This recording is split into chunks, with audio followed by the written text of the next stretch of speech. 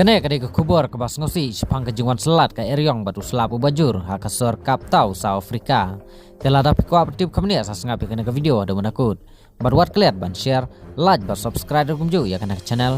Kena opinio ya ke news update ke bancawan. Ka Eryong kelas selat ya kasor hakas nginingkong ke kadawai terik jeliu arcar penriu. Hakasor kaptau bat kitany Western Cape Province. Nalor ka jingjur ka Eryong kala penlongru ya uslap ubajur. Ubala pensilai ya ki surok. Bun kiding kila kelon haki surok bat kilaban ya ki kali. Bat kala er ka bajur kala kentur ya ki trumying jong kibriu bat ya ki dukan ru. Bun ki jaka kila haban syongdum namar ka jingkelem ki puslaj.